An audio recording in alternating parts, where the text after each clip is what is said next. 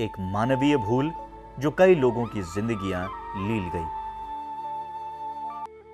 3 घंटे से रिहर्सल हो रही थी, कोई बचाव की कार्रवाई यूनियन कार्बाइड ने नहीं किया और शासन के जिन अधिकारियों को जानकारी मिल गई थी उन लोगों ने कुछ नहीं किया और केवल यूनियन कार्बाइड की तरफदारी करते रहे।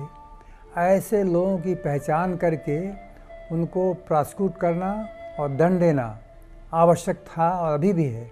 आधिकारिक आंकड़े बताते हैं कि तत्काल ही जहरीली गैस से मरने वालों की संख्या 3600 हो गई थी, जबकि ग्रीन पीस के आंकड़े बताते हैं कि करीब 8000 लोगों की मौत तभी हो गई थी।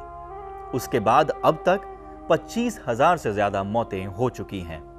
आज भी हर माह 10 से 15 लोग गैस के दुष्प्रभाव से उपजी विकृतियों का शिकार होकर मौत के मुंह में चले जाते हैं। करीब 5 लाख लोग किसी न किसी रूप में गैस के दुष्प्रभाव का शिकार हुए थे। करीब 1.5 लाख बच्चे गैस प्रभावित माता पिता की संतान के रूप में जन्म लेने के बाद स्थायी रूप से स्वास्थ्य संबंधी समस्याओं का सामना कर रहे हैं। वहीं उस समय केंद्रीय श्रम सचिव और ILO के अध्यक्ष BG देशमुख के किताब अ कैबिनेट सेक्रेटरी लुक्स बैक में कहा गया है कि गैस लीक होने के तत्काल बाद तकरीबन 3,410 लोगों की मौत हो गई थी। 1985 में तैयार की गई रिपोर्ट में घटना के तमाम बिंदुओं पर प्रकाश डाला गया, जिसके कारण यह भयानक हादसा हुआ। इस रिपोर्ट में कहा गया है कि यूनियन कार्बाइड कारखाने में खतरनाक रासायनिक का उपयोग किया गया। इन रसायनों को अलग अलग टैंकों में जमा करने के बजाय एक टैंक में स्टोर किया गया। कारखाने का अच्छे से रखरखाव नहीं किया जा रहा था। ऐसा नहीं है कि यह हादसा एकाएक हमारे सामने आ गया। इस भयानक हादसे से पहले भी छोटी मोटी दुर्घटनाएं होती रही थीं। अगर उन घटनाओं से सबक ले लिया गया होता तो शायद यह भयानक हादसा देखने को नहीं मिलता। यूनियन कार्बाइड कॉरपोरेशन की USA की इकाई है, उसने टेक्निकल ऑडिट कराया था। उसमें उन्होंने बड़ा स्पष्ट तौर से कहा था कि जिस तरह से मशीनों में गड़बड़ियां हो रही हैं,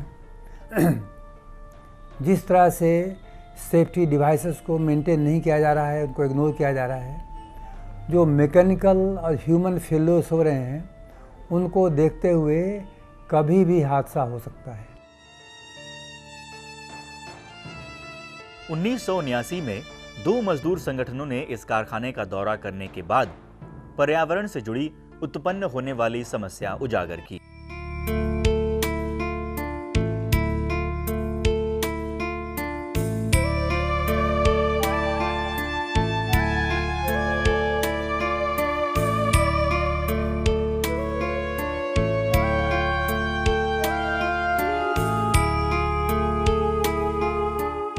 जनवरी 1982 में कारखाने में काम करने वाले एक मजदूर को फॉजीन गैस का छींटा पड़ा और 72 घंटे के बाद उसकी मौत हो गई।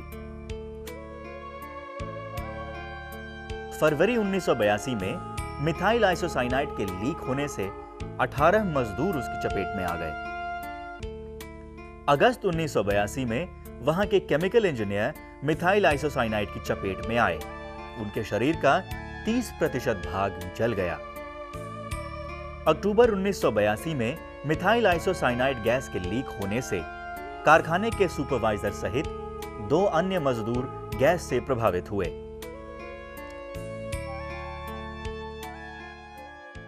अमेरिका के केमिकल इंजीनियरों ने 1981 में इस फैक्ट्री का दौरा किया।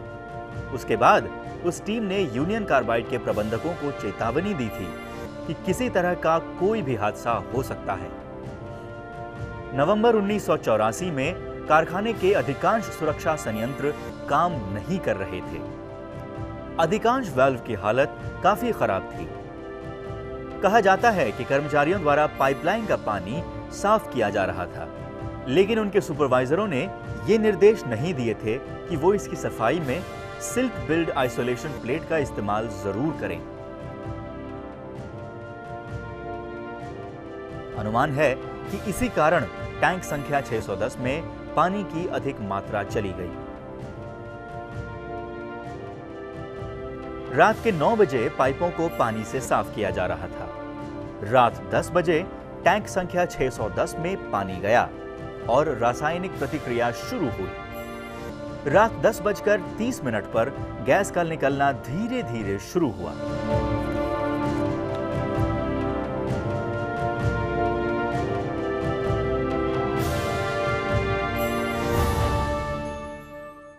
बारह 12:30 पर सुरक्षा घंटी बजनी शुरू हो गई।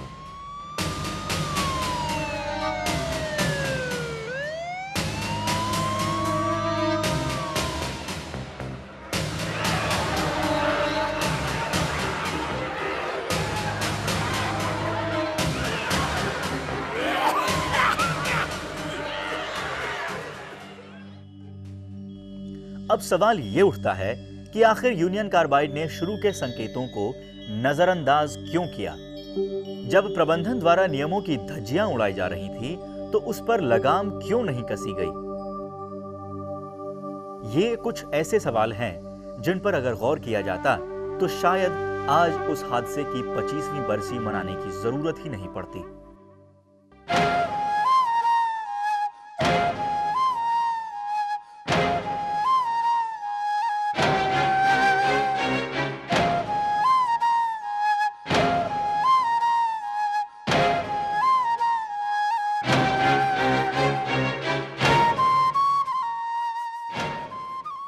भोपाल गैस त्रासदी के 25 साल पूरे हो गए, या यूं कह लें कि यह भयानक हादसा अपनी सिल्वर जुबली पार कर चुका है।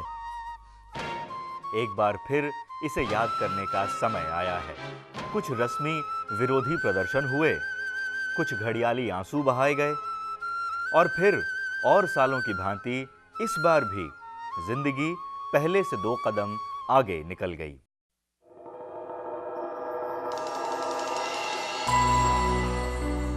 लेकिन उन हजारों लोगों का जीवन उस काली रात के बाद हमेशा के लिए बदल चुका है, जिनके अपने इस त्रासदी की भेंट चढ़ गए।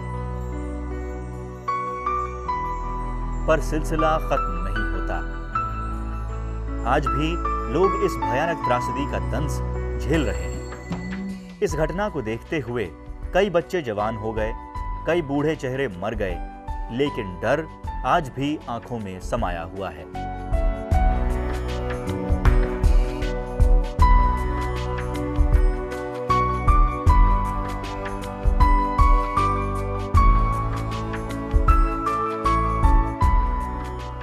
उड़िया बस्ती के लोग शायद ही इस हादसे को कभी भूल पाएं।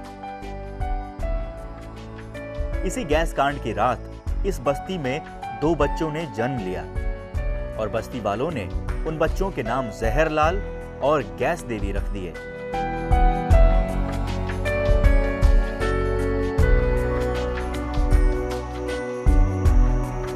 पच्चीस साल पहले जो गैस का हादसा हुआ उसमें भोपाल के हजारों लोग मर गए।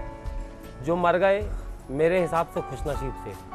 जो बच गए वो इस जहरीले गैस का दंश आज भी भोग रहे हैं।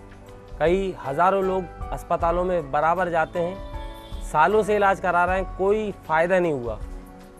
सांस की बीमारी है लोगों को, आँखों की तकलीफ़ है और मौसमी बीमारी बहुत जल्दी पकड़ लेती हैं। जो अंदर का तंत्र है, बीमारी सहन करने की शक्ति ख़त्म हो गई लोगों की।